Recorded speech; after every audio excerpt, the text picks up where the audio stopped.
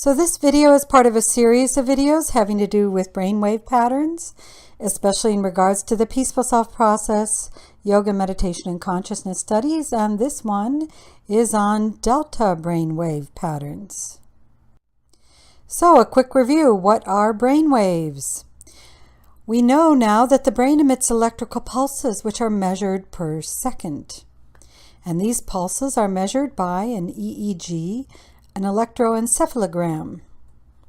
And as the cycles per second, the CPS, speed up or slow down, the rate of our thoughts are said to speed up or slow down along with variations in our moods. And in general, there are 5 types of brain waves. We go over very briefly here because I have a more in-depth video on each one of these. The first has to do with beta, which is 13 to 30 cycles per second, and that's when we're busily engaged in activities and conversations. Alpha, which is 8 to 12 cycles per second, where we are more relaxed, dreamy, into things like mindfulness, meditation, visioning, imagining.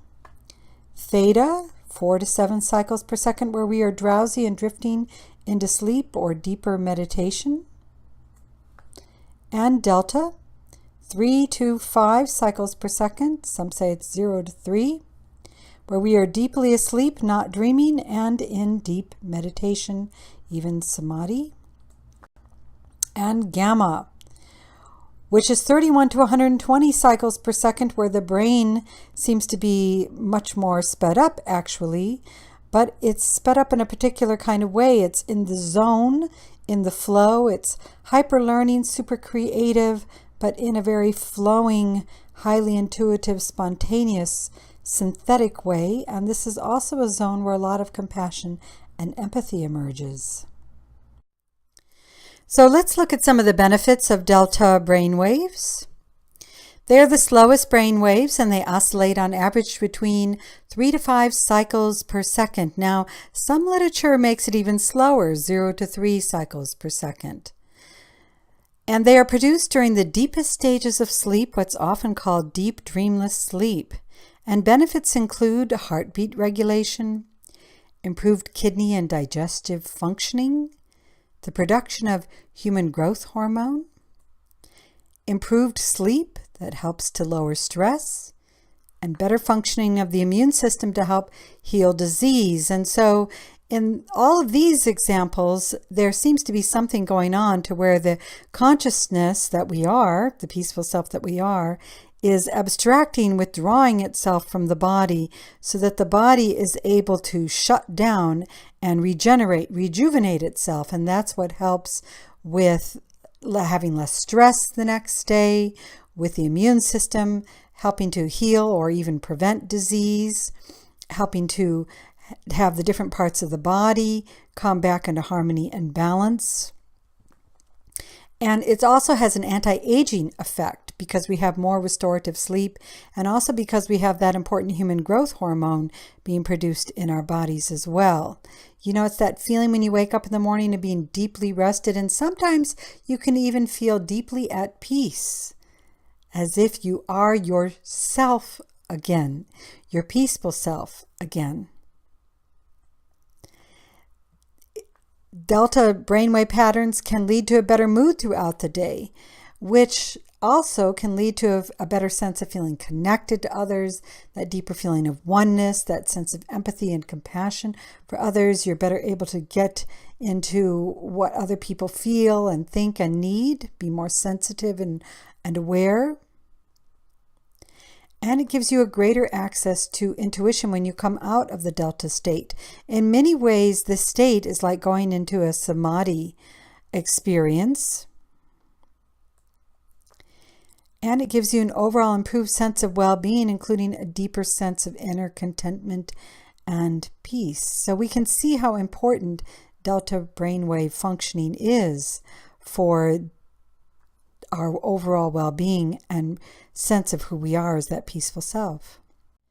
So if you want to activate delta, then the first thing you need to do is avoid the computers, cell phones, or watching TV or movies late at night, and if possible, completely remove them from your bedroom. If you can't do that, at least make sure they're all shut off. And if you're going to watch anything, ideally 2 to 3 hours before you go to bed, try and make it uplifting. Try to make it something that's going to get you into a higher state of consciousness. There is such a thing as sleep yoga, dream yoga, and lucid dreaming, which are all ways to help use this very precious time of your life. We spend about a third of our lives in this sleep dream state, and we can learn how to use that consciously to help us get into higher levels of consciousness and to help us be more of our peaceful self. We also want to avoid caffeine, energy drinks, stimulants, alcohol, marijuana, any heavy foods, and also exercise at least 4 to 5 hours before bedtime. Why? Because caffeine, energy drinks, and stimulants help put you into beta, which you don't want to be in a high level of beta while you're trying to shut down and get into delta. Alcohol and marijuana and heavy foods will put you more into alpha.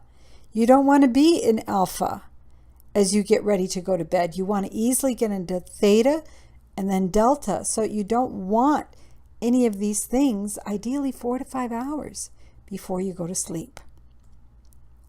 If you're going to listen to music, best to only listen to soothing sounds, nature sounds, or music programmed to help you get into delta brainwave states. If you are getting older and it's more difficult to get into delta because of an aging brain or problems with your hormones, you can take melatonin or DHEA, which is a hormone, as needed, and ideally, especially with DHEA, get your levels checked and make sure that you're using the correct amount. A really good way to get into delta is to establish a regular pattern of sleep. Try to go to sleep at a certain time and wake up at a certain time.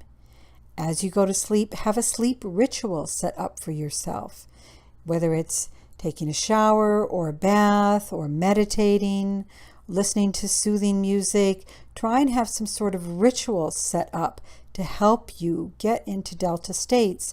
And this is also part of sleep yoga, dream yoga, lucid dreaming. There's a preparation process. Start to see this time as very valuable time for your spiritual practice. Learn to enter and work with it consciously. Make sure you sleep in as dark a room as possible. That's also very important, and try and insulate noise as much as possible. And it's not even a good idea to wake up to an alarm clock. If you have to wake up and you can't program yourself to simply wake up at a certain time, which many people do, I do. I haven't used an alarm clock in decades. I simply tell myself to wake up and I wake up. If you can, don't allow those jarring sounds in the morning. If you have to have something to help you wake you up, make sure it's gently taking you out. Another way to enter delta is to learn how to meditate at the deepest levels of meditation, especially getting into samadhi. And there are examples of people who in meditation get into delta where they seemingly are asleep and yet can come out of it at will and even be aware of what was going on in the room while they were in the delta state, similar to people that have near-death experiences.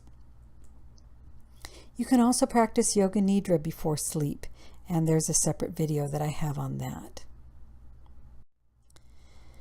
So it may sound strange, but is it possible to have too much delta? I mean, it seems like such a good thing. Well, yes, it is. Because when you have too much delta activated, you're likely to have learning difficulties, as focusing is very difficult for you. You just keep nodding off to sleep. Maybe you fall asleep at times when you don't want to. You have trouble focusing, so you may have difficulty learning, and this can even be severe in the form of ADHD. And as I said, you may drift off to sleep at irregular times when it's not a good idea to. And in many ways, life seems too much like a dream where you're not able to focus or be very productive when you need to be. Life goes by as if you're in a haze with no sense of purpose or direction. And if you have any of these symptoms, it's best to get tested and see what may be going on with you. You can also have too little delta, those sleepless nights when no matter how hard we try, we just can't shut the brain and mind down. When you have too little delta, your body cannot fully rest and get into that restorative mode. And when you're not fully rejuvenated, you will be more stressed the next day. Also, your intuitive capacities will be lowered, along with your ability to have compassion and empathy for yourself and others. All those benefits of delta won't be there, which is why it's important to learn how to cultivate delta so that you can get it as you need to. That's why it's important to set up ideal circumstances for delta brainwaves to arise. It's also why, as a society, especially in Western civilization, one of the biggest health benefits we could do is to create an environment where delta sleep is more viable. We are overworking people. We're putting them in environments that are too stressful, too noisy. It's too difficult to get dark in the room so that they can actually sleep. We've got to, as a society, if you want to save money on health cost, here's one of the best ways to do it. Let people rest. Let people have regular sleep cycles. Let people have peaceful environments to go to sleep in. These are all important things because delta is so, so essential. That's it, your brief overview on delta brainwave states. If you want to learn a little bit about me, here is a little bit about who I am, followed by how to reach me.